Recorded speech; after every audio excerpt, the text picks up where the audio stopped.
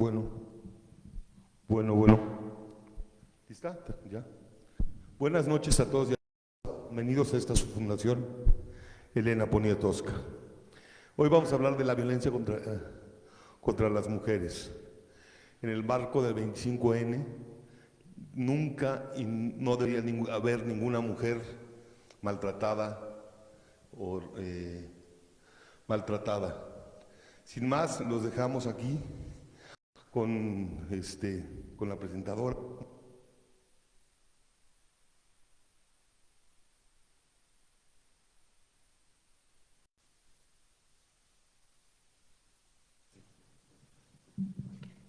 Hola, buenas tardes.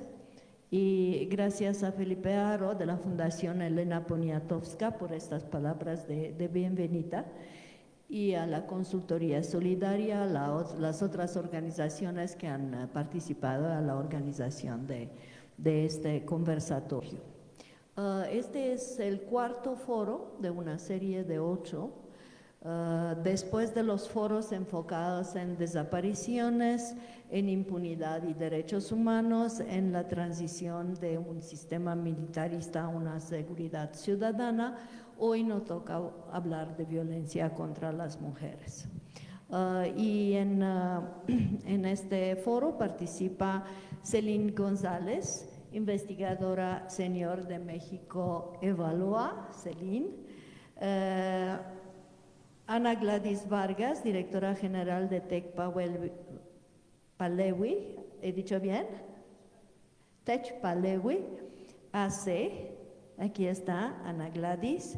Rosaria Vigueras, director de atención de víctimas del Observatorio Nacional Ciudadano, bienvenida Rosario. Maisa Hubert, subdirectora ejecutiva de X Justicia para las Mujeres AC, bienvenida Maisa. Amelia Aide Imbriano está en línea desde Argentina, nos va a acompañar. Amelia es licenciada en psicología, especialista y doctora en psicología clínica en la Universidad de Mar del Plata y nos transmite que va a hablar desde una mirada de psicología social y psicoanálisis. También tenemos el placer de tenerla aquí a Constanza Carrasco, la coordinadora de área de incidencia de Intersecta, y en línea también una mamá que le tengo mucho cariño, que es Angélica Rodríguez, la madre de Viridiana Anaid Morales Rodríguez, desaparecida el 12 de agosto de 2012 en San Pedro Tlanisco, Tetenango del Valle, Estado de México, ¿no? Angélica va a estar en línea con nosotros. Finalmente, yo soy Inazón y soy la directora del Centro de Investigaciones de Crímenes Atroces. Para la dinámica de esta noche, vamos a intentar hacer un conversatorio participativo. Cada una de las ponentes se han preparado con 8 minutos. Y yo le voy a pedir de tener 3 rondas con 3 preguntas muy específicas. En cada una de las rondas vamos a hacer primero una intervención donde se va a articular, ¿no?, el mensaje principal, y una segunda intervención en cada ronda donde se pueden añadir detalles. Esta para poder hablar entre nosotras y poder hacer un conversatorio real, ¿no? Al final yo espero que vamos a tener 30 minutos de preguntas y respuestas. Vamos a tomar, espero que van a llegar más gente aquí en la Fundación Elena Poniatowska, y también hay mucha gente en línea, ¿no?, que nos pueden enviar preguntas y con la ayuda de Ana Sofía no le vamos a tomar alguna de ellas. Entonces, la primera ronda es ¿cuál es el diagnóstico sobre la violencia de género en México o en la región? Cada una de ustedes tienen exactamente 5 minutos, por favor, para mapear, ¿no?, las ideas principales desde su perspectiva. Empezamos con Celine, México Evalúa.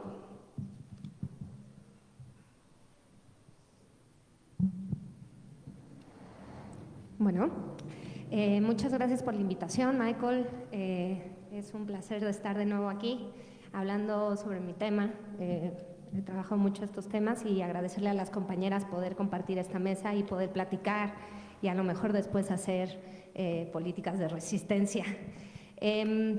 A ver, ¿cuál es el diagnóstico sobre la violencia de género contra mujeres en México? Creo que la mayoría aquí, pues, sabemos que no vamos muy bien en México, ¿no? Seguimos teniendo en promedio 10 feminicidios al día, ¿no? De mujeres, por ser mujeres. Lo que nos dice el ENDIRE en 2021 es que absolutamente todas las dimensiones de violencia, excepto una, aumentaron. ¿Cuál no aumentó? La de violencia económica patrimonial, y eso es porque ha habido un proceso de inserción laboral de las mujeres, al mercado laboral de las mujeres, ¿no? Y por eso ha bajado. Pero hay que también recordar que el ENDIRE se aplicó un poquito antes de la pandemia y que lo que sabemos ahorita es que la pandemia ha expulsado a las mujeres del mercado laboral, ¿no? Entonces, muy posiblemente en las próximas ediciones del ENDIRE observemos un aumento en este tipo de violencia económica y patrimonial, ¿no? Posiblemente, ¿no? Ya veremos qué nos dicen en algunos años el ENDIRE. Ahora, yo creo que hay que más que hacer un diagnóstico sobre cómo está la violencia de género contra mujeres en México, ¿no? Creo que todos sabemos que no hemos avanzado lo suficiente. Digo, se han hecho muchos esfuerzos, ¿no? Desde crear leyes, ¿no?, como la Ley de Acceso a una Libre Vida de la Violencia, la Ley de Igualdad entre Hombres y Mujeres, se han creado los centros de justicia para mujeres, se han creado políticas públicas como alertas de violencia de género, como tener presupuestos etiquetados de género, ¿no? En fin, hemos hecho muchos esfuerzos hacia allá, pero parece que estos esfuerzos son simbólicos, ¿no? No han tenido un efecto en la violencia contra las mujeres en México, ¿no? Y eso hay que, sí, por más que sea simbólico y hay que festejar que hemos avanzado todo esto, pues sigue sin haber estos efectos. Y ahora se vuelve un tema mucho más complejo, ¿no? La violencia de género contra mujeres, porque, por ejemplo, desde el 2006 sabemos que llevamos una guerra contra el narcotráfico, contra grupos de crimen organizado, y eso ha cambiado las dinámicas, por ejemplo, de asesinatos de mujeres. Un estudio de Data Cívica, por ejemplo, ha observado que han aumentado los números de asesinatos de mujeres en las calles, ¿no?, cuando antes se observaba que no. Entonces empieza, digamos, a complejizarse el tema, no nada más con interacciones, no nada más de la violencia criminal y la violencia política que pueden experimentar las mujeres, pero también dentro de sus hogares, en sus ámbitos de trabajo, en fin. A ver, yo me voy a adelantar un poco y creo que hay 4 condiciones básicas que tenemos que seguir avanzando para poder tener políticas públicas mucho más efectivas, y después en las siguientes participaciones, y ahorita que está Mónica Orozco aquí, que veo y que he leído un montón, diré después, pero yo creo que la primera condición que necesitábamos era tener una representación descriptiva dentro de los puestos de toma de decisión. Si bien se ha visto un aumento, por ejemplo, en la política, ¿no?, del número de mujeres que participan como diputadas, como senadoras, como síndicas, regidoras, en fin, tenemos ya más o menos el 50% de la participación de mujeres en estos puestos electorales, pero no observamos lo mismo en otros ámbitos de toma de decisiones. Eso implica sector privado, eso implica gabinetes, eso implica staff, eso implica partidos políticos, en fin, un montón de cosas, ¿no? Pero la representación descriptiva no es suficiente, ¿no? Porque sabemos que muchas veces el patriarcado también viene en cuerpo de mujer, la heteronormatividad viene en cuerpo de mujer, ¿no? Y no necesariamente tenemos representación sustantiva dentro de las decisiones para que se nos tome en cuenta, ¿no? ¿Qué es la representación sustantiva? Finalmente, justamente tener iniciativas que empujen a reducir o disminuir totalmente la violencia contra mujeres en la política. Ahora, Efectivamente, se han hecho estos avances, como les dije, ¿no? De leyes nuevas, de una normatividad mucho más clara, ¿no? Aunque hay que hacer muchos más esfuerzos. Pero el otro tema es que muchas veces no tenemos el presupuesto para sostener estas políticas públicas, ¿no? Y creo que aquí el gobierno actual ha hecho todo un esfuerzo por quitarnos todo el presupuesto, y sí quiero decirlo muy claramente, ¿no? Porque si vemos lo que ha hecho Fundar, por ejemplo, publicó hace unos años un estudio sobre los presupuestos etiquetados de género, y solamente el 0.9% está dirigido a temas sobre violencia de género. La mayor parte de ese presupuesto va a la pensión de adultos mayores, ¿no? Y la pensión de adultos mayores es muy importante, pero no está diferenciada por género. Y sabemos que las mujeres que llegan a edad adulta son las que no tienen pensión, que sufren más violencia, lo dice el ENDIRE, ¿no? Entonces creo que el presupuesto es algo muy importante, y creo que ha fallado, ¿no?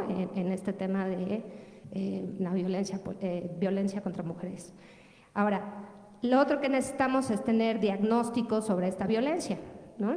El ENDIRE ha sido un gran esfuerzo. Si se fijan, en 2003 solamente se entrevistaban a mujeres casadas. Ahora ya tenemos diferentes ámbitos en donde podemos saber qué pasa en el ámbito comunitario, qué pasa en el ámbito laboral, qué pasa en el ámbito estudiantil, ¿no? Educativo, en el ámbito de la pareja, ¿no? Y esos son esfuerzos que hay que seguir haciendo, pero digamos la violencia contra mujeres está transversal a todos los ámbitos, ¿no? Y ahorita, por ejemplo, que sale todo el tema, se hicieron unas reformas en 2020 sobre violencia política en razón de género, pero todavía no sabemos ni cómo diagnosticarlos, ni qué es, ni cómo sistematizar estas violencias, y muchas veces las políticas públicas que se generan respecto a esto son punitivistas, ¿no? La ley 3 de 3, ¿no? Pero no realmente políticas transformadoras. Entonces creo que lo dejaría hasta ahí, y pues nada, platicamos después.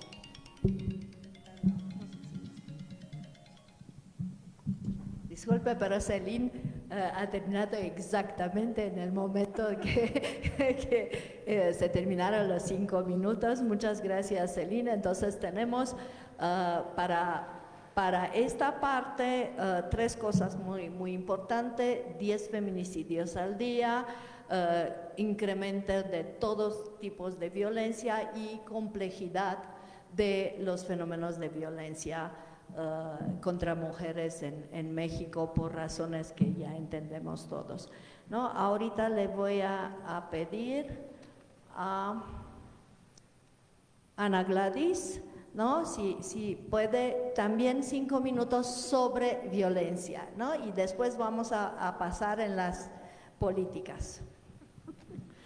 Sí.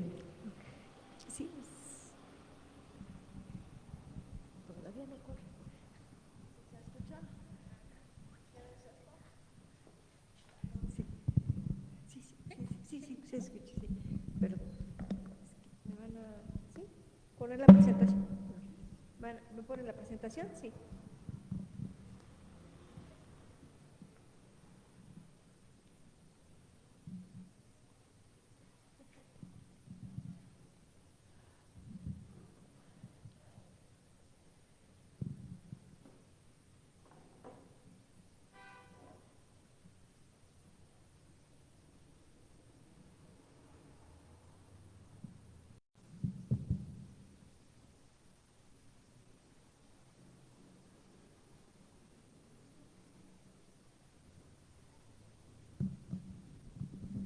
Estamos intentando a poner la presentación de Ana Gladys Vargas.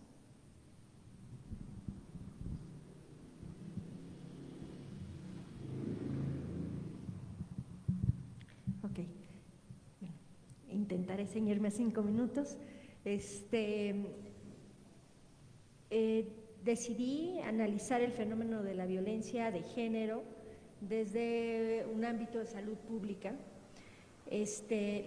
para que eso me permita, como las reflexiones siguientes en las otras preguntas. La violencia de género es una enfermedad contagiosa, progresiva, degenerativa, mortal, y se ha convertido hoy en día en una peligrosa sindemia.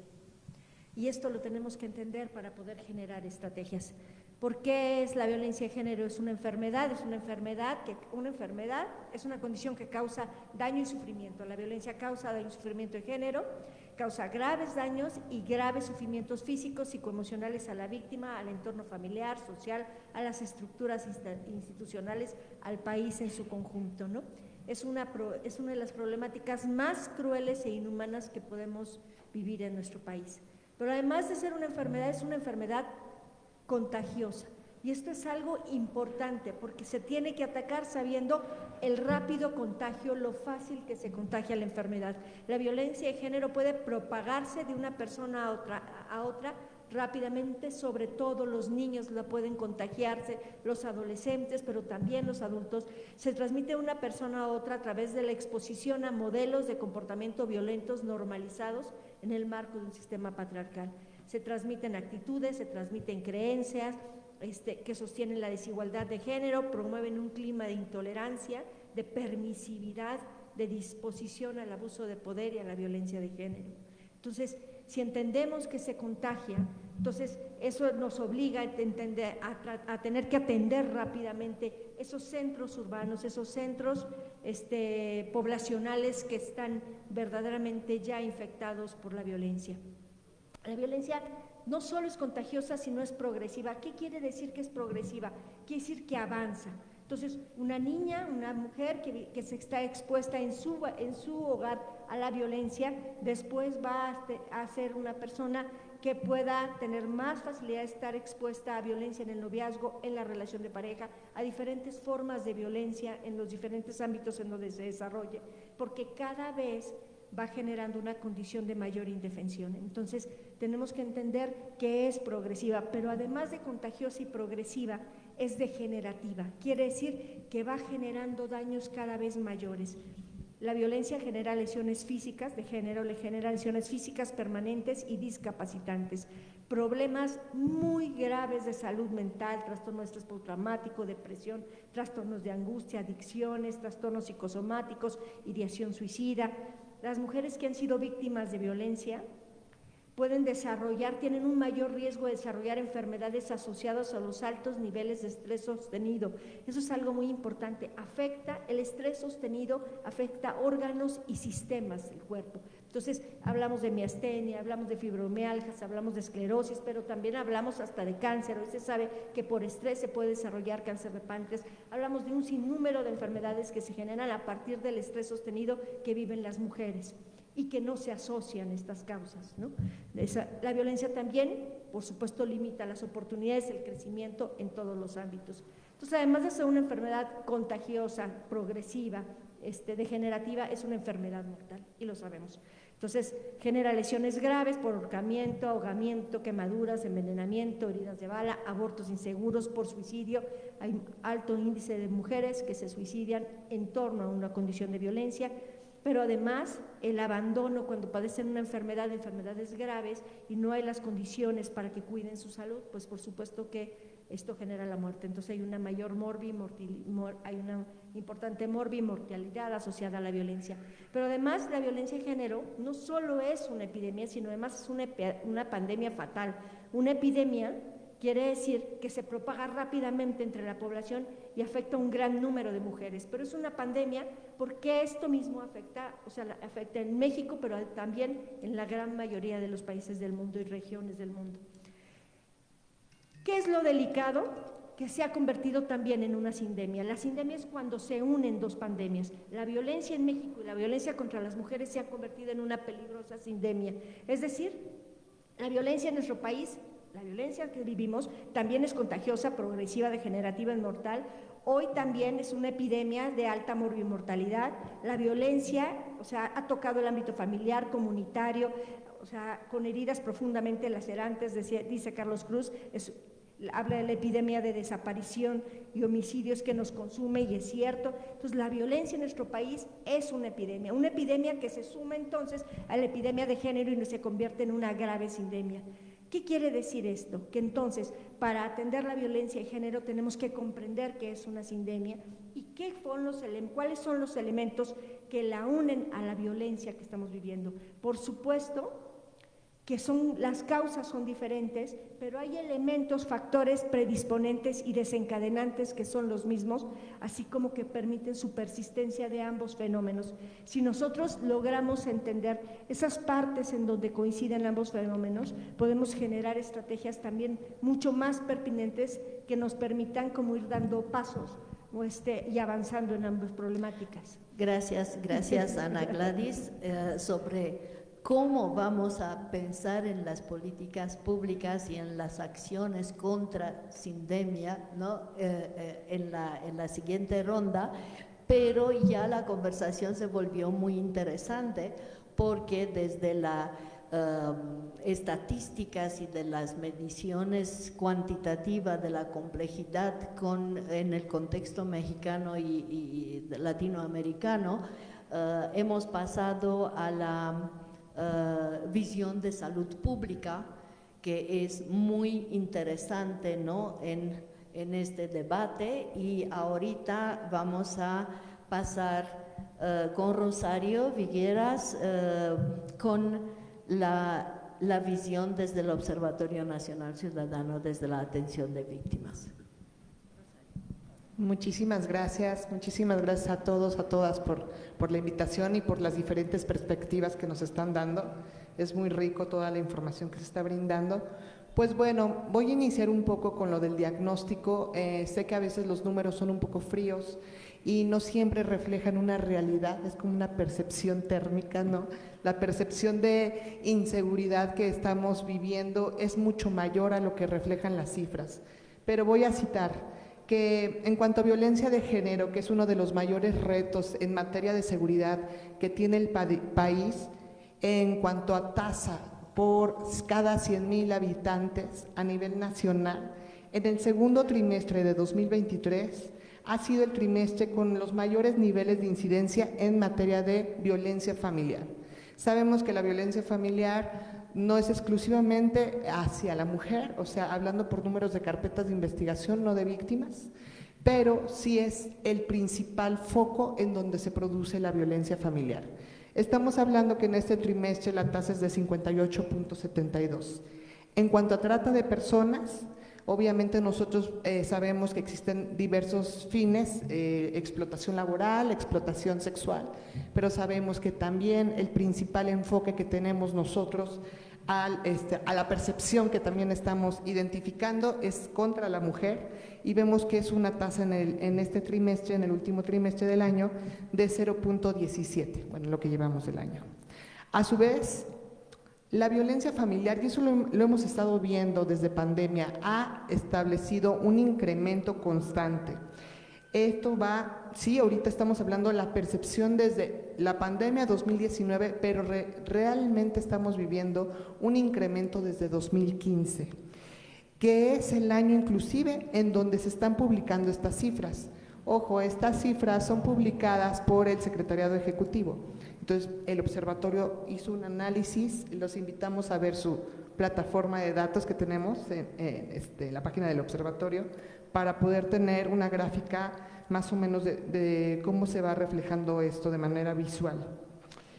De otra forma, también vemos la incidencia en feminicidios. Esto es la violencia más extrema perpetuada contra las mujeres y es preocupante. La tasa anual de este delito no ha disminuido su nivel desde 2018. Estamos viendo que además de las problemáticas para poder catalogar a una víctima de feminicidio con los elementos que amerita para poder ser considerada víctima de feminicidio y no de un homicidio, que también tiene sus sesgos, pues aún así, con todos esos sesgos, estamos viendo que hay un incremento.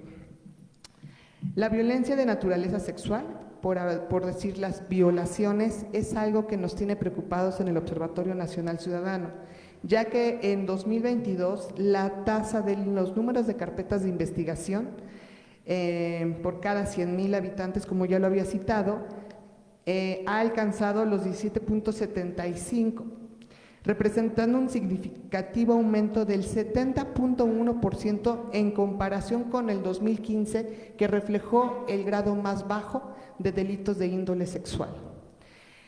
Esto, pues obviamente, ha sido el peor año desde que comenzaron a publicarse estos datos en 1997. Bueno, en ese sentido y en ese orden de ideas, a pesar de que oficialmente no vamos viendo cómo se está desagregando también la violencia por violencia digital y mediática, violencia familiar, que incluye patrimonial, económica, reproductiva, psicológica, en donde también vamos viendo que hay delitos transversales que pueden estar vinculados con la violencia en género, hablando de privación ilegal de la libertad, pues la violencia familiar también. Hemos observado en el Observatorio Nacional que también existe la privación ilegal de la libertad en contra de las mujeres que tienen maltratadas en sus hogares, como ya había mencionado, también pues la trata de personas. Ok, la violencia de género también presenta focos rojos a nivel estatal y municipal. El estado de Colima registró el primer lugar no solo en feminicidios, sino también en violencia familiar, mientras que Quintana Roo es el estado con mayor tasa de violaciones y de trata de personas, delitos cuya incidencia en el estado es 5 veces mayor a la reportada en finales del sexenio anterior. Esto aunado con la información que han brindado mis compañeras también de una desarticulación de instituciones encargadas de proteger a la mujer y que la misma Ley General de Acceso a las Mujeres a una Vida Libre de Violencia establece una alerta de violencia de género, en donde debe de existir un protocolo de actuación en los estados en que deben de ejecutarse estas políticas públicas que ya existen para efecto de poder proteger a la mujer y apoyar el entorno y el contexto social para disminuir la violencia contra ellas. Estamos en un… bueno, hasta ahorita todo es todo. Muchas gracias. Gracias, Rosario. Cada una de ustedes van a tener el tiempo de retomar lo que han dicho en la primera intervención y añadir los detalles que faltaban o eventualmente explicar un poquito más para dónde vamos, ¿no? Maísa, por favor, desde X Justicia para las mujeres. Muchas gracias, Ina. Gracias, compañeras, por el espacio de compartir el observatorio, por la invitación. Siempre es un placer tener espacios y existen en específico pocos espacios pensados en la prevención de las violencias contra las mujeres, entonces agradezco mucho la oportunidad de poder abordar el tema. No me voy a enfocar en cifras en términos de diagnóstico de las violencias contra las mujeres, porque creo que vamos a terminar siendo un poco abrumantes y repetitivas, y sé que Ina precisaba que íbamos a abordar las políticas en un segundo momento, pero justo en este caso me parece que el diagnóstico del enfoque equivocado de políticas públicas para la prevención y la protección de las mujeres es una grave, muy importante parte del problema que tenemos en cuanto a la violencia contra las mujeres en México. Y el principal problema que tenemos es que hemos dejado de ver la violencia de género como un fenómeno complejo que efectivamente puede escalar y que puede culminar en un feminicidio. Y justo hemos dejado un poco de lado parte del enfoque de la Ley General de Acceso, que buscaba presentar una serie de soluciones que terminaban atendiendo diferentes violencias para que no culminen en el asesinato, por la hora, de mujeres. Y ahí vemos, por ejemplo, como el Plan Nacional de Desarrollo presenta la violencia de género como un delito de alto impacto que debe de combatirse, como el programa para prevenir, atender, sancionar y erradicar la violencia, pues tiene una gran parte de sus medidas centradas en campañas tipo, pues si vives violencia, denuncia, que son campañas que están hechas que ponen un poco la responsabilidad individualmente a las mujeres de tomar en cuenta como sus procesos de justicia, pero además avisan a los hombres que si cometen actos de violencia pues van a terminar en prisión, pero a final de cuentas todo está centrado en esta visión del delito. El aumento de delitos que son parte del catálogo que ameritan prisión preventiva oficiosa, con muchas veces una justificación obviamente de anticorrupción, obviamente de lucha contra el narcotráfico, pero muchas veces una pseudo explicación feminista de protección a las mujeres, y así han incluido también los temas de feminicidio o violación en los últimos años, y un grave problema que tenemos en ese sentido es que estas soluciones no están pensadas para atender factores estructurales que generan esas violencias, y no porque las denuncias o los procesos penales no sean importantes, sino que no son suficientes para atender la grave crisis que enfrentamos, porque no están pensando en cesar la violencia en ese preciso momento, sino que intervienen demasiado tarde, cuando las violencias ya tienen suficiente material, o sea, peso para constituir un delito. Y ahí creo que es importante también que podamos recordar algunas cifras también de la ENDIRE que nos indican que la mayoría de las mujeres que viven violencia física o sexual, por ejemplo, por parte de su pareja, no presentan denuncia y no buscan apoyo de instituciones públicas, y creo que eso es un tema de grave importancia que tenemos que arreglar, y muchas veces porque no saben dónde denunciar, o sea, la vergüenza posterior a los hechos pues les impide hacer esto, el miedo a las consecuencias o la posibilidad de ser revictimizadas. Y obviamente eso se puede arreglar con un fortalecimiento de ciertas instituciones de justicia, obviamente estoy pensando en fiscalías y en policía, pero también porque estas soluciones que ofrecen no responden a las necesidades primarias de las mujeres en ese sentido. Y ahí me parece muy relevante ver que en casos de violencia escolar, por ejemplo, el 90% de las mujeres se acercan más bien al centro escolar. En el caso de violencia laboral, la mayoría de las mujeres, 69%, se acercan a su centro de trabajo, y entonces vemos como las mujeres se van acercando a autoridades que no a fuerza tienen las facultades para accionar procesos penales, pero sí deberían de tener facultades y cuentan con facultades, aunque no las accionan, para protegerlas. Y ahí hay muchas opciones que se han dejado de lado a lo largo de los años, por ejemplo, como los temas de órdenes de protección, ¿no? Para quienes no sepan qué son órdenes de protección, las órdenes de protección son mecanismos pues de discriminación positiva para las mujeres, son mecanismos enfocados solamente en las mujeres para arreglar justo la grave crisis que estamos viendo, son mecanismos de suma rapidez que tienen que poder ser accionados por una presentación muy sencilla, no se requiere una asesoría jurídica, no se requiere de pruebas, se basa en un principio de buena fe, de que si una mujer dice que está viviendo cierta situación de riesgo o de violencia, se tiene que tomar medidas suficientes y rápidas para poder protegerla. Y el problema que tenemos es que muchas veces esas medidas pues están condicionadas a la presentación de una denuncia, porque pues, instituciones la confunden, por ejemplo, con medidas de protección, que pues el nombre no ayuda, pero son dos tipos de mecanismos muy distintos.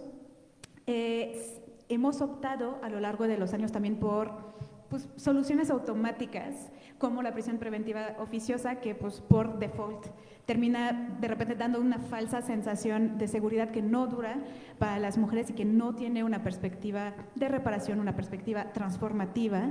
Y a final de cuentas, esas respuestas automáticas lo que hacen es que debilitan las instituciones que están pensadas en proteger de manera inmediata a las mujeres. Y ahí me gustaría cerrar rápidamente con la consecuencia que tiene finalmente pensar la violencia de género no solo como un delito, sino como un combate. Es que estamos entrando dentro de esta lógica de combate, en la misma lógica que ya se transversalizó a todo el estado de la guerra contra el narcotráfico, ¿no? En una lógica de guerra, pues obviamente estamos viviendo una situación excepcional, una situación en la cual el Estado de Derecho no puede seguir operando como lo solía hacer, podemos obviar los derechos humanos de las personas, la protección de sus vidas, el debido proceso, y todo esto pasa en un segundo plano, y eso tiene graves implicaciones para las mujeres. Y ahí voy a robar rápidamente un dato de las compañeras de Intersecta, que estima que justamente un porcentaje mayor de los delitos que merecen prisión preventiva automática, oficiosa, que muchas veces se justifica desde una perspectiva de protección a las mujeres, se les atribuye a las mujeres, 46% contra 41.6% de los delitos atribuidos a los hombres. Entonces, esta visión del estado de combate, de guerra, de delito de alto impacto de las mujeres, no solamente no está salvando nuestras vidas y nos impide pensar en claves de vidas salvadas, sino que está generando nuevas violencias contra las mujeres. Y ahí voy a parar para no dar una lista muy larga del tipo de violencia que viven las mujeres en el momento de la detención, sobre todo por parte de Fuerzas Armadas. Muchas gracias, Maisa.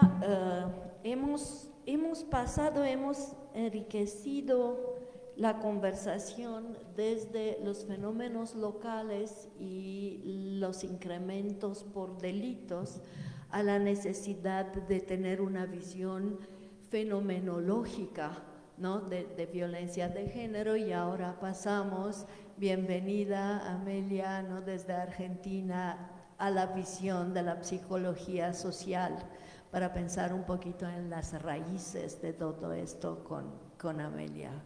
Todo tuyo, Amelia.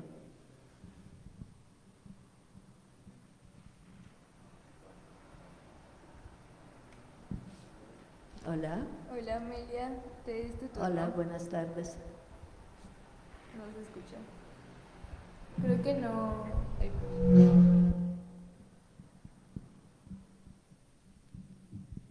¿Ahora me escuchan? Buenas tardes. Sí, sí te escuchamos. Hola. Estoy en Ahí está. Bueno, muy buenas noches a todas. Muchísimas gracias por la invitación. Ahí está. Bueno, muy buenas noches a todas. Muchísimas gracias por la invitación. Bien, creo que hay eco. O no sé si quieren que pase a Facebook. Bueno, muy buenas noches a todos. Muchísimas gracias por la invitación. Bien.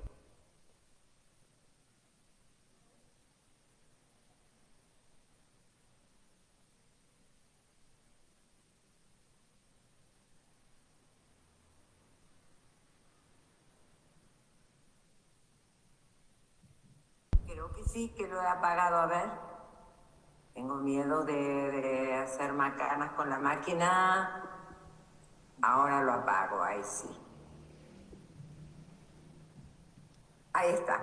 Bien. Bueno, muchas gracias, mil disculpas por estas cuestiones técnicas, muchas gracias por la invitación, muy contenta por este espacio que me han dado. Bueno, estoy plenamente de acuerdo con todo lo que han hablado mis colegas a nivel social, a nivel de estadística.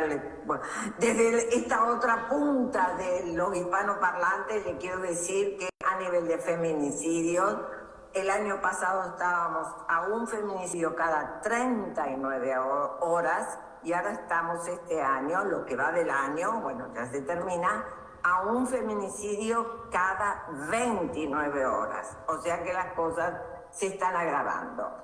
Bien, a mí me toca hablar de un poco de psicología, ¿verdad? De psicología social principalmente. Por supuesto que me sentí muy identificada con lo que habló Ana Gladys, de que es una enfermedad contagiosa, que avanza, que es progresiva, etcétera, etcétera. Sí, señora, plenamente de acuerdo. Y ya que dije hispanoparlante, desde México a la Argentina, yo lo que quisiera hablar es un poquito sobre la cuestión de dónde venimos los hispanoparlantes. Bueno, a ver, ha habido una colonización. Que fue, bueno, hace 500 años, entonces podemos entender, si quieren, el autoritarismo de aquella época, el falocentrismo, ¿verdad? Pensar que el hombre es lo mejor que puede tener una sociedad de aquella época, bueno, si quieren lo podemos entender, pero hay algo que ha sucedido, que por lo menos en mi país, en Uruguay, en Chile, en Perú, se habla muy poquito. Y es el genocidio que costó la colonización. Lo común de la colonización fue matar a los hombres, quedarse con las mujeres y a las mujeres bajo dos sistemas de esclavitud. La esclavitud porque eran elegidas por determinadas condiciones como esposas, pero entonces para tener hijos y mejor que los hijos fueran varones, o si no, eran elegidas como esclavas rurales, esclavas domésticas, etcétera, etcétera. Las primeras también eran esclavas. Entonces hay un tema que tiene que ver con la esclavitud. en Latinoamérica y con el genocidio, la esclavitud como heredera de un genocidio, que de ese genocidio, por lo menos en los países más australes, digamos, se habla muy, muy poco. ¿Y por qué me meto con esto? Porque desde la psicología social y desde el psicoanálisis nosotros estudiamos lo intersignificante, estudiamos lo intersubjetivo, pensamos que la historia no es el pasado, la historia es lo que se vive hoy, lo que se viene transmitiendo generación tras generación. Y ustedes me dirán 500 años y yo les diría sí señora, y después podríamos hablar muchísimo más del tema. También está la cuestión de ver a la mujer solamente como en la sociedad, ¿verdad? Como una máquina de reproducción, solamente como madre, no tolerando que la mujer pueda cumplir con otro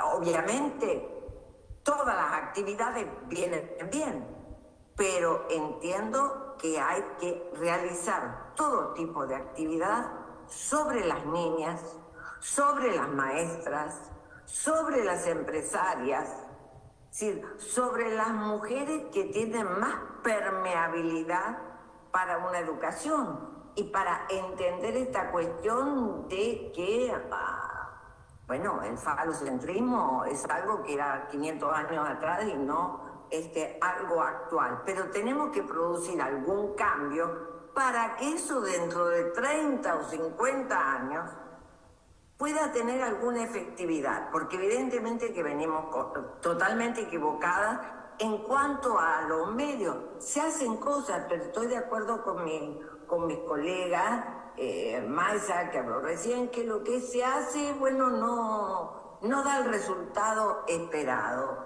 Yo le diría, bueno, a ver, 1904 fue la primer profesional en salud que hubo en Argentina, con toda una serie de problemáticas para trabajar en un hospital, etcétera, etcétera. ¿Saben que sucede lo mismo? ¿Saben que hace muy poquito una jefe de servicio en psicología fue abuchada después de ganar un concurso, con lo que implica ganar un concurso, examen de oposición, etcétera, etcétera? Entonces, bien, creo que tenemos que preguntarnos al máximo cuál es nuestra implicación para desde ahí operar. Obvio que estoy de acuerdo con que el Estado tiene arte y parte, pero si hay un Estado machista es porque lo estamos permitiendo. Bien, dejo acá y seguimos la conversación. Muchas gracias, Amelia. Hemos parado exactamente en el momento, ¿no?, que empezamos a pensar en cómo repensamos las intervenciones. Solo vamos a escucharlo a Constanza Carrasco de Intersecta para un poquito más entrarle en el diagnóstico y después vamos a entrar directamente, digo yo, en la conversación sobre políticas, porque esto es lo que realmente quema en este momento, ¿no? Constanza. Gracias. Pues creo que se han dicho ya varias cosas muy importantes y bueno, aquí en mis apuntes destaco que nos hemos dado cuenta que la violencia no es una, ¿no? Son diversos tipos de violencias. Aquí ya hablamos de la violencia psicológica, de la violencia sexual, de la violencia feminicida, etc.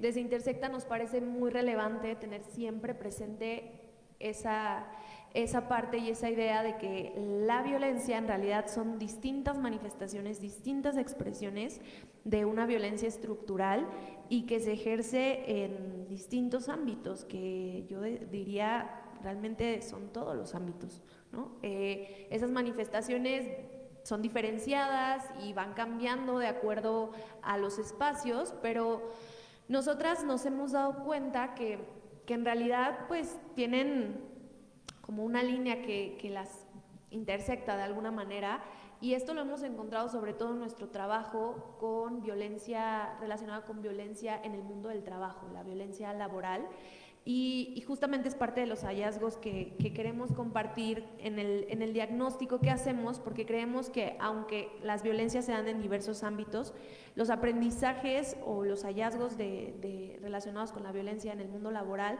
los podemos extrapolar a las violencias que se viven en otros ámbitos. Por ejemplo, lo que yo ya mencionaba, ¿no? Las distintas manifestaciones de la violencia, que muchas veces, o al menos pasa en el ámbito laboral, creemos que solamente la violencia se manifiesta a través de la violencia sexual, y no es el caso. Muchas veces lo reducimos tanto a creer que las mujeres solo vivimos manifestaciones y expresiones de la violencia sexual y se dejan de lado otras manifestaciones como la violencia psicológica, o también la misma que me parece que es una de las más relegadas o de las más invisibilizadas, la violencia simbólica y la violencia verbal.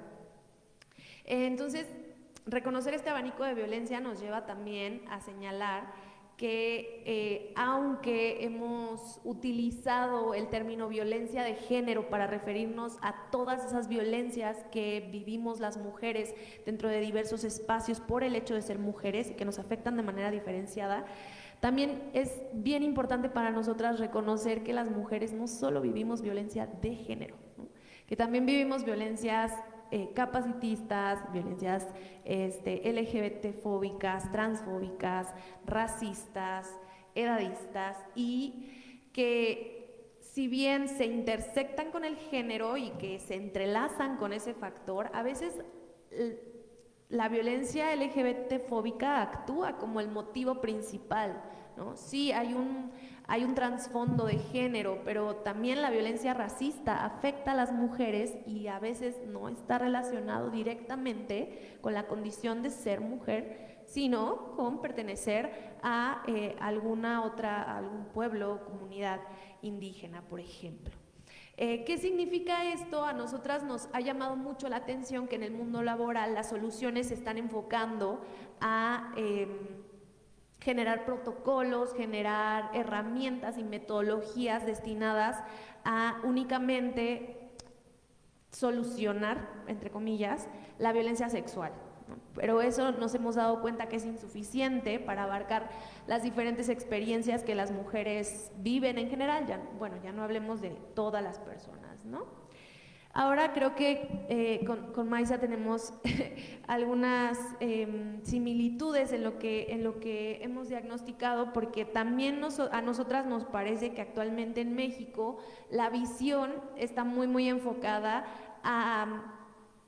al castigo, en realidad, ¿no? Para lidiar con la violencia contra las mujeres. Cada vez se amplía más el catálogo de delitos, no solamente el catálogo de prisión preventiva oficiosa, o sea, ese es solo un ejemplo, pero justamente lo que hablaba Celine hace un rato, violencia política, se ha apostado a clasificarla como un delito en lugar de lo que nosotras creemos que en realidad, bueno, ahorita vamos a hablar de eso, ¿no? Que lo que debería centrarse es en la reparación integral del daño que se hace a las víctimas de violencia.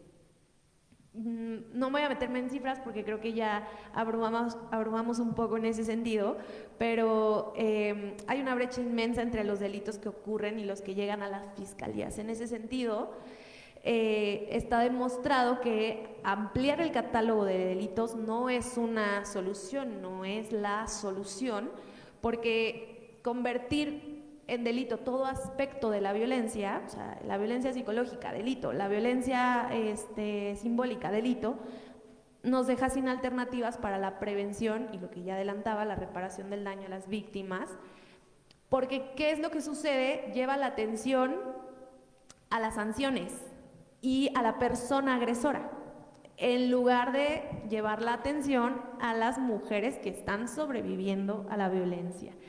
Y también un dato que rescato, que compartían hace un momento, es que muchas de estas violencias, que si bien son consideradas violencia, pero no son consideradas delitos, también las mujeres las denuncian en los centros de trabajo, en otros espacios que no son las fiscalías. Entonces, creemos que si ya nos dimos cuenta de esto, las propuestas, las soluciones deben ir orientadas a quitar esa visión punitiva. Hay un caso por ahí de la CNDH que nosotras, específicamente nuestra directora ejecutiva, Estefanía Vela, ha recuperado para poner como ejemplo del fallo que tiene el convertir en delito, por ejemplo, el hostigamiento sexual, ¿no? La cantidad tan baja de sentencias que acreditan el hostigamiento sexual. Y eso nos parece interesante porque entonces nos está demostrando que la visión de delitos, la visión punitiva, está fallando, y eso nos lleva a la propuesta de alternativas de la que vamos a platicar en un momento más. Perfecto, Constanza. Antes de irnos, de entrarle en las propuestas, ¿no?, para erradicar violencia, nos gustaría escucharla a Angélica Rodríguez desde Morelos. Nos habla. Angélica, como le decía, es la mamá de Viridiana, desaparecida en 2012, y Angélica nos habla desde su propia experiencia de varios tipos de violencia de género que ha encontrado en últimos años, en últimos 11 años. Angélica. ¿Se desconectó? Ok, entonces, ay, qué pena, ¿no? Porque realmente Angélica es una gran luchadora para los derechos de las mujeres y para los familiares de desaparecidos de Morelos y del país. Pero, bueno, creo que podemos pasar a la segunda parte, ¿no?, a las propuestas. Lo que sí, ¿no?, para resumir lo que hemos hablado hasta ahora, ¿no?, hay un acercamiento desde la visión de salud, ¿no? Hay un diagnóstico que el acercamiento de combate y el acercamiento punitivo, ¿no?, es equivocado, ¿no? Entonces yo creo que podemos un poquito más hablar de por qué es equivocado y con qué lo reemplazamos. Estamos pidiendo realmente que paren con la fabricación de protocolos para la investigación en las fiscalías, que paren con este acercamiento punitivo. Estamos dando soluciones reales, ¿no?, para un acercamiento a la prevención, o ¿no?, a dónde vamos con la reparación del daño en violencia laboral. Todo esto son cosas que podemos hablar, pero ahorita ya lo veo, que entiendo que Angélica se conectó, entonces sería maravilloso si la podemos escuchar.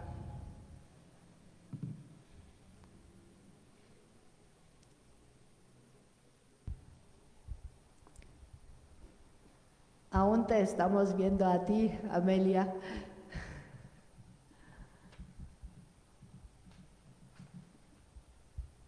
Ok. Hola, hola.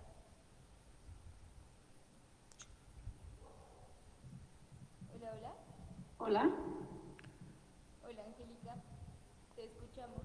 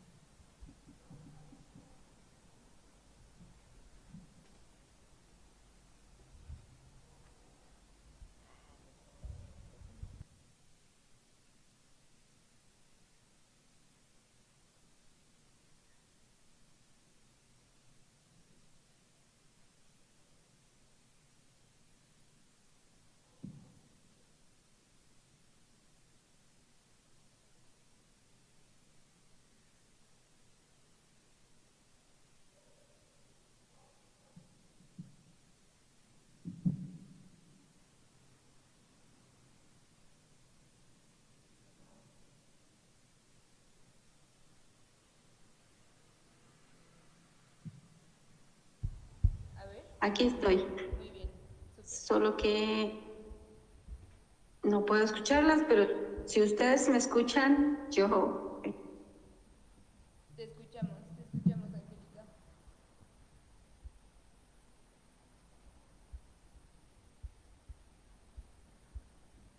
Ok. Muchas gracias por este espacio que me parece muy interesante. Mi nombre es Angélica Rodríguez y yo soy mamá de Viridiana Morales Rodríguez, quien fue desaparecida un 12 de agosto del 2012. Ella fue a acampar con su pareja y bueno, pues desde ese día no sé dónde se encuentra ella, ¿no?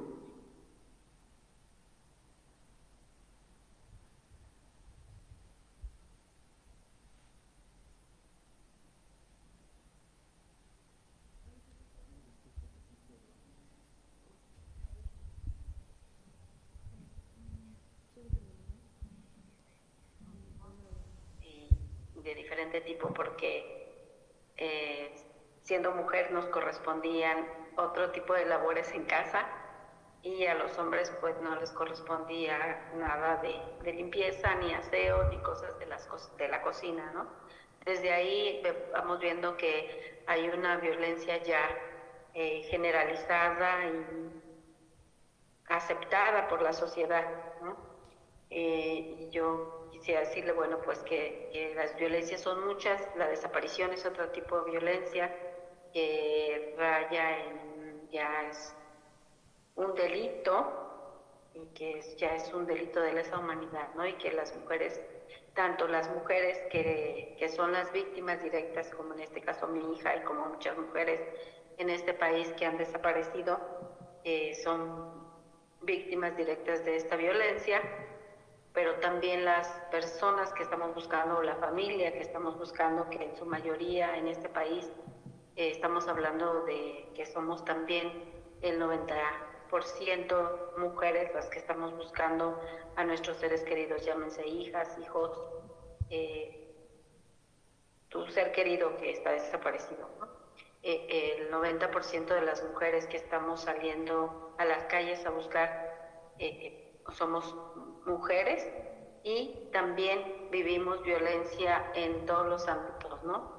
Incluso nos han matado o han matado a muchas mamás, más bien, por buscar verdad y justicia en este país. Entonces creo que estamos viviendo en un país o en un mundo que no nos da seguridad, no nos proporciona seguridad y que además ha perdido la capacidad de asombro ante todos estos hechos que están pasando todos los días, ¿no?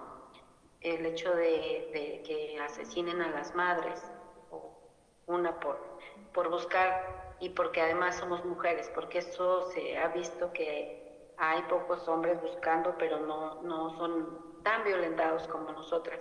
El hecho de ser mujer nos convierte en este país como más vulnerables, ¿no? Y no debería de ser así en ningún momento. Sin embargo, eso es lo que estamos viviendo en estos tiempos, ¿no? Y bueno, pues celebro que se estén haciendo este tipo de conversatorios y que podamos compartir y podamos conocer todo el tipo de violencias, porque incluso hay violencia económica, ¿no? También nosotros las mujeres padecemos esa violencia económica en algún momento cuando estamos cuidando hijos y estamos en un matrimonio. Y entonces, bueno, pues mi participación ha sido breve, pero me gusta compartir esto y que tengamos y que nos llevemos en nuestras reflexiones este otro tipo de violencia que es la desaparición y que muchas de estas personas o muchas de estas mujercitas, jovencitas, nuestras hijas, terminan siendo en algún momento víctimas de trata, que es otra violencia que ya viene siendo como la desaparición pasa a ser un delito de lesa humanidad, entonces es más o menos ampliar el espectro de ver desde dónde son las violencias y hasta dónde podrían llegar, ¿no? Y claro que nosotros no quisiéramos que llegaran a este tipo de violencia como es la desaparición o la trata de personas. Muchas gracias y buenas noches. Gracias Angélica.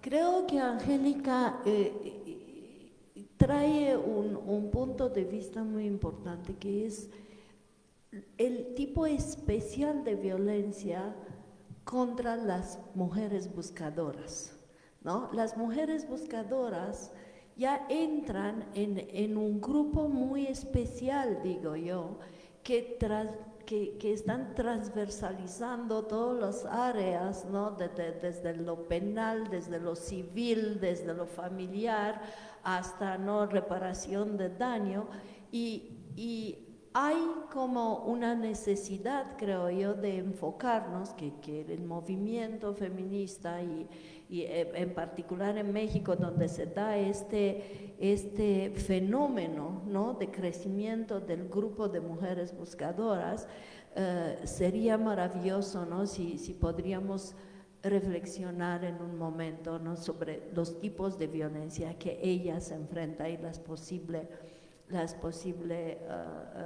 soluciones a esto. Y con esto ya hemos terminado la primera ronda y les invito a enfocarse sobre las propuestas concretas, no acción social, ¿no? Aún no. Vamos a la tercera ronda en la acción social, pero propuestas muy concretas, cada una de ustedes, ¿no?, de qué debería cambiar en la política pública o en las agendas institucionales o en las agendas políticas para reversar estas tendencias punitivistas y de guerra contra la violencia, contra la violencia de género, ¿no? Y entrarle en una visión mucho más amplia, mucho más estratégica, ¿no?, para este problema. Empezamos de nuevo con Celine. Gracias. Como les comentaba en mi primera participación, a mí me parecen que hay 4 condiciones básicas, ¿no?, que son las 4 necesarias, no son suficientes por cada una. Uno es el diagnósticos como hace el INEGI, Intersecta, ¿no?, X Justicia para la Mujer, me parece sumamente importante. La segunda es tener representación descriptiva y sustantiva en la toma de decisión, porque son ellas las que van a visibilizar justamente lo que está sucediendo, ¿no? Tanto madres buscadoras como mujeres en el ámbito laboral, como mencionaba Intersecta, ¿no? Creo que tenemos que ir por ahí. Y otra parte es el presupuesto, ¿no? Tenemos muy poco presupuesto. Pero una política pública, y por eso decía que me encanta que estés aquí, Mónica, porque una política pública que yo sí creo que puede ser transformativa y no punitivista es justamente avanzar en el Sistema Nacional de Cuidados, ¿no? Justamente el Sistema Nacional de Cuidados, que ahorita está atorado en el Senado, ¿no? En 2020 se aprobó en la Cámara de Diputados y ahorita está en la congeladora en el Senado, busca justamente transformar las relaciones de género al interior de los hogares. Finalmente, quienes cuidan, no es raro que sean madres buscadoras y que el 90%, como decía, el 90% de las mujeres sean buscadoras, porque hay un tema de cuidado ahí. Un tema de cuidado. Y desgraciadamente en México el cuidado pues obviamente no está valorado, muchas veces genera desigualdades entre hombres y mujeres. No pueden ingresar al mercado laboral, no pueden ingresar al mercado educativo, a la educación. Entonces creo que avanzar sobre un sistema nacional de cuidados, un sistema estatal de cuidados, puede revertir todas estas acciones punitivistas de las cuales hemos hablado un montón, no solamente la prisión preventiva oficiosa, sino aumentar penas, ¿no?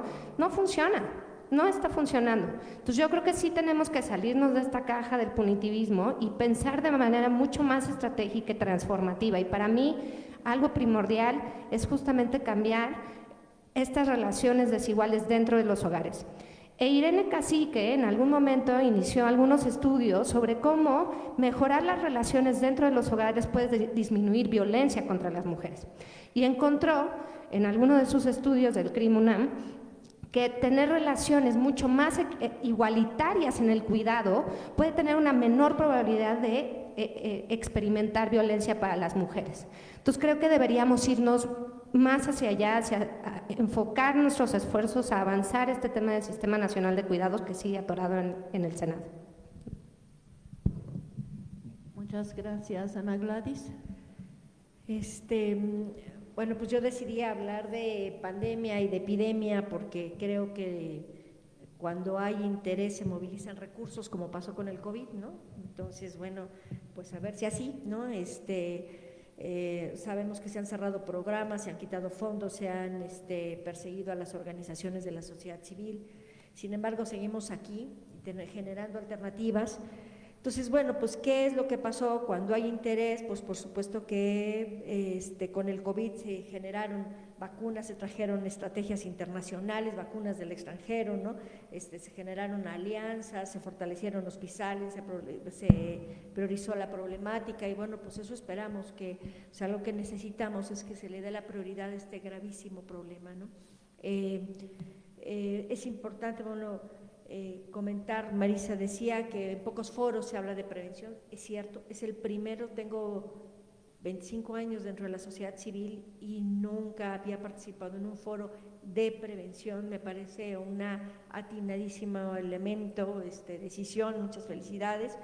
Y en esta parte quisiera comentar que si partimos de que hay unas endemias, partimos de que hay una gran violencia en este país, pero también hay una violencia de género, entonces ya no basta con investigar, comprender los fenómenos, la interacción que estos tienen, entender las formas de contagio, su impacto, así como se agrava mutuamente, pero hay que investigar, no basta, pero hay que hacerlo, no basta con hacer prevención primaria, pero no hay que dejar de hacer prevención primaria, ya no basta con atender, pero hay que atender, urge detectar oportunamente, hacer intervenciones primarias y tienen toda la razón, es importantísimo que las escuelas tengan atribuciones, que tengan la capacidad de atender y que tengan la capacidad de proteger y no tengan que esperar a que llegue la Procuraduría para poder generar una acción de protección a niños, niñas y adolescentes, para generar una acción y mientras el niño ni siquiera pueden hablar con las niñas porque hasta que llegue la Procuraduría y mientras pasan horas de profunda angustia, ¿no?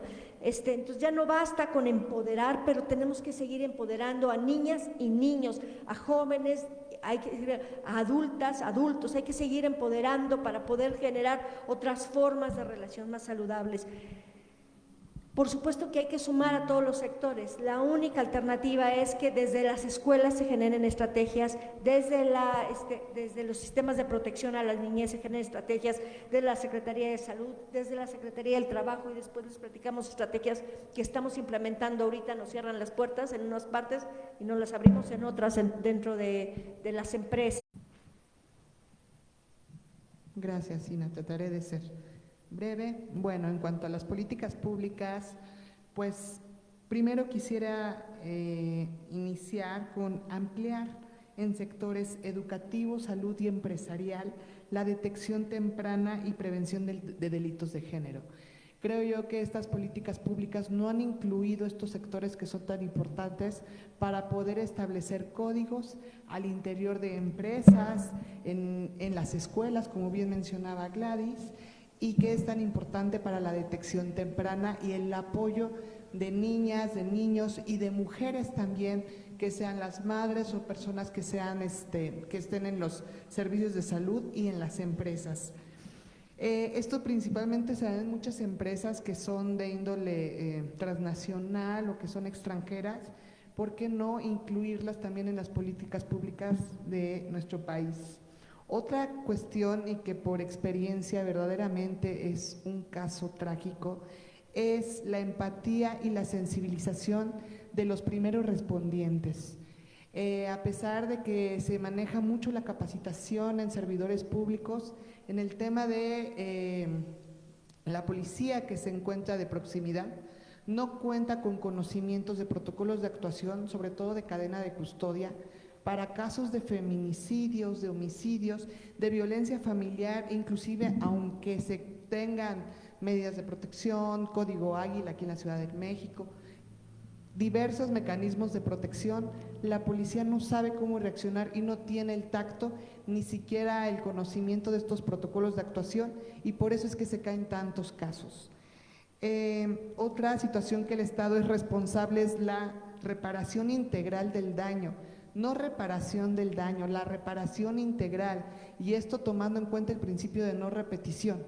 El principio de no repetición es algo más que pagar un daño, que contar cuántas sesiones psicológicas por el daño psicoemocional, que las lesiones, que todo nada más se están basando en lesiones y cuánto es tu daño psicoemocional.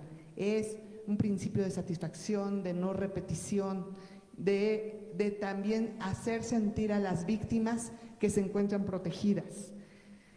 Otra situación importante, y tomando los protocolos de actuación, ya para finalizar, es para cada tipo de delitos se requiere un protocolo especializado de actuación.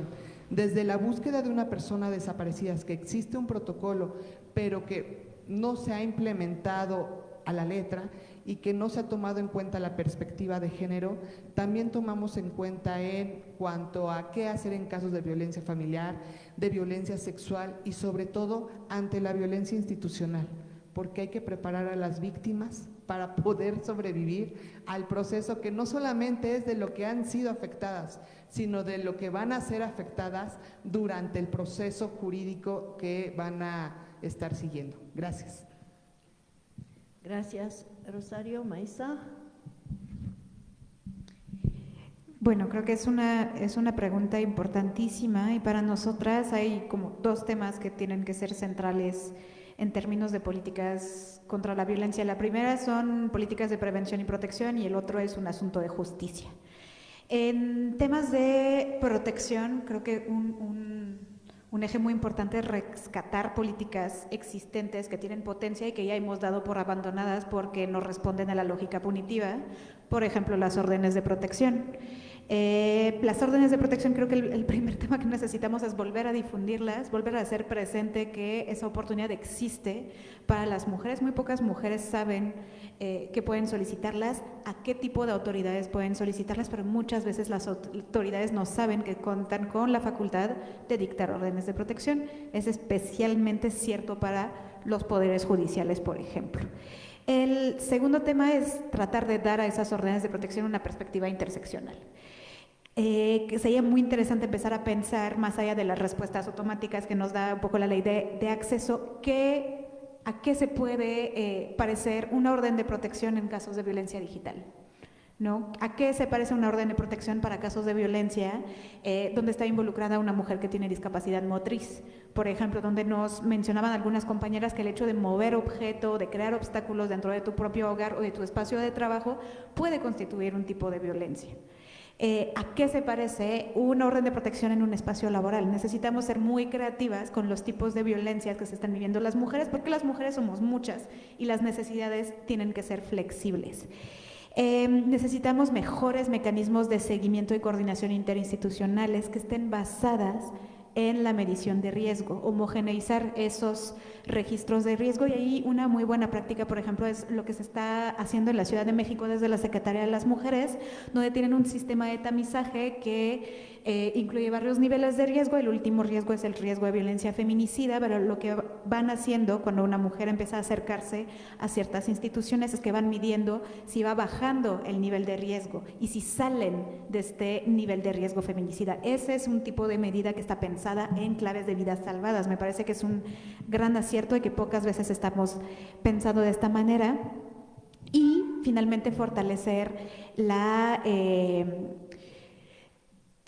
facultades de diversas instituciones que están facultadas de nuevo para dictar órdenes de protección. Ahí está el Poder Judicial, también hay excelentes prácticas en ese sentido, por ejemplo en Puebla, donde existe un sistema integrado de gestión de casos de violencia de género, donde el Poder Judicial se desplaza cuando una mujer marca el 911 y señala una situación de violencia, se desplazan al hogar de las personas para evaluar el riesgo y dictar inmediatamente órdenes de protección. muy pocas veces creo que tenemos en mente que los jueces se pueden acercar a nosotras, ¿no? Más bien lo tenemos presente como una institución alejada, opaca y muy poco accesible, pero obviamente que esos jueces tienen esa facultad y también fortalecer, por ejemplo, las facultades de jueces de paz, autoridades comunitarias que muy pocas veces vemos con facultades de poder proteger a las mujeres de su comunidad y por supuesto que existen ahí oportunidades grandes en ese sentido. Otra institución clave en ese sentido son los centros de justicia para las mujeres, que por su adscripción en algunos casos a fiscalía como que muy poco se ven desde una práctica de órdenes de protección, que no a fuerza se necesita denuncia para accionar, pero pues son instituciones que brindan atención integral y tendría un gran potencial para poder dictar órdenes de protección, dar seguimiento a las medidas a la par de que puedan dar un acompañamiento integral a víctimas de violencia. Y el segundo tema, de manera mucho más breve, es el tema de acceso a la justicia, porque para nosotras el tema de protección sí es parte del tema de acceso a la justicia. Necesitamos repensar los procesos de justicia y la cosmovisión judicial para acercarlas de nuevo a la ciudadanía, y nosotros en ese sentido hemos construido lo que llamamos un modelo de justicia abierta feminista, que está basada, que busca repensar la lógica judicial para centrarla primeramente en una impartición de justicia que se centra en la igualdad y no discriminación para todas las personas. Y este modelo tiene 4 ejes muy sencillos: la transparencia, por supuesto, la participación activa de la población, de la ciudadanía en los mecanismos de toma de decisión judiciales, la colaboración, que implica no solamente una participación, pero un involucramiento también de la ciudadanía en la creación de soluciones y obviamente la co-creación de propuestas conjuntas para el acceso a la justicia. Y para esto no solamente necesitamos también desde las instituciones de justicia, específicamente desde los poderes judiciales, abrir un poco el espectro de quienes queremos ver participar en esos espacios, porque quienes tienen que estar al centro de esos espacios son los grupos, organizados o no, de personas que históricamente han sido excluidos del acceso a la justicia: las mujeres indígenas, las personas con discapacidad, las familiares de personas desaparecidas, y más bien lo que vemos reflejado un poco en los poderes judiciales, que tienen como interlocuciones con las barras de abogados locales, los empresarios, ese tipo de grupos ya organizados, o a veces con grupos que brindan asesoría técnica, ¿no? Como si se hubiera dividido de cierta forma lo técnico y lo político. Gracias, Maisa. No sé si aún tenemos a Amelia en línea. Ana Sofía, ¿aún está?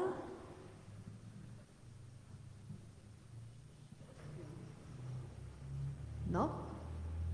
¿Sí? Ajá. Ahorita esto sería muy interesante a ver qué propone Amelia para enfrentar, ¿no?, la esclavitud que siguió al genocidio conquistador.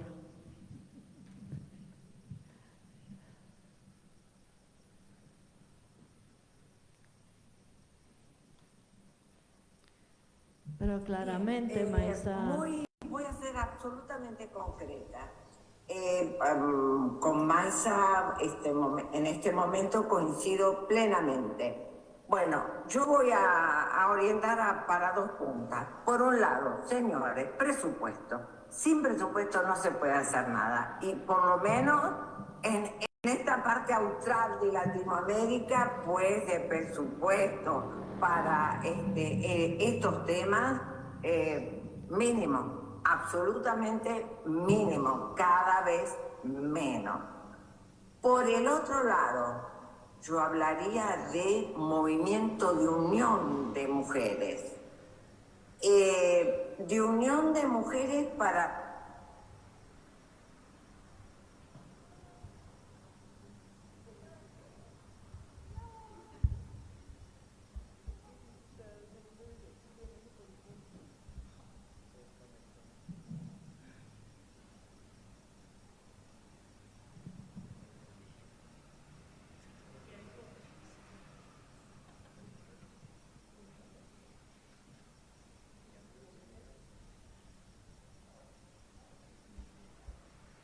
particularmente a la prevención en relación a una enseñanza que hay que dar desde todos los ámbitos que se pueda, en lo que implica la autoridad compartida y no la lucha por un autoritarismo. No se trata de que la mujer luche contra el hombre contra la mujer, a ver quién es el que tiene más autoridad, sino una autoridad compartida.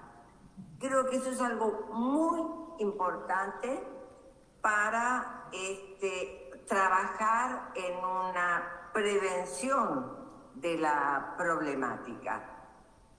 Del otro lado, también a nivel laboral, hay que insistir muchísimo en el mismo tópico.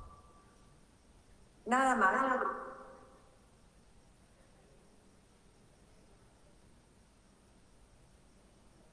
Pero también relacionado con mi intervención pasada de cómo calificar la violencia de género es problemático. Aquí quiero decir el por qué, ¿no? Todo lo que en esta lógica punitivista que permea en México, todo lo que queda por fuera del sistema penal, por ejemplo, la mediación, la conciliación y otros mecanismos similares son entendidos como algo que minimiza el problema de la violencia contra las mujeres, ¿no? A apostar por estos mecanismos de solución de la violencia contra las mujeres, es como decir, no es tan importante. Creemos que al contrario es algo que puede ser de utilidad para todas aquellas mujeres que no están acudiendo a las fiscalías, que ya vimos que la brecha es enorme entre el número de vivencias de violencia en México y la cantidad de denuncias efectivas que se hacen ante las fiscalías. Y entonces, ¿qué es lo que nosotras proponemos? Pues que, como ejemplo, las universidades tengan mecanismos, tengan protocolos, no solamente para atender la violencia sexual, para el hostigamiento y el acoso, sino para hacerse cargo de la violencia, de las violencias que viven las mujeres a través de no únicamente sanciones contra los agresores, sino medidas que protejan primero la integridad de las víctimas y segunda, lo que comentaba Rosario, las medidas de satisfacción, de reparación integral del daño, y que tiene que ver, por ejemplo, cuando alguna mujer en su centro laboral denuncia violencia, a lo mejor la medida que se toma en el centro laboral es correr al agresor. Pero a la víctima le dicen, bueno, ya, lo corrimos. Ajá, pero ¿y los procesos de contención emocional y los procesos de seguimiento, de ver qué de la violencia tuvo efectos en su vida familiar, en su vida comunitaria, etcétera? Eso se deja de lado. Entonces, eso es lo que nosotras proponemos, medidas más allá de los despidos, de las sanciones para los agresores, y esto implica cambiar de paradigma, centrarnos en las víctimas y no solamente en el castigo. Gracias, Constanza. Creo que de aquí, antes de irnos a las acciones políticas estratégicas, ¿no? Amalia ya empezó a decir algo sobre movimientos, ¿no? Y unificar movimientos de unión de las mujeres. Pero viendo todas estas intervenciones, yo me voy de aquí con la idea de cambiar la lógica punitivista. Esto es lo primero, la idea de prevención, la idea de, muy interesante, ¿no?, de CELIN, avanzar en el Sistema Nacional de Cuidado.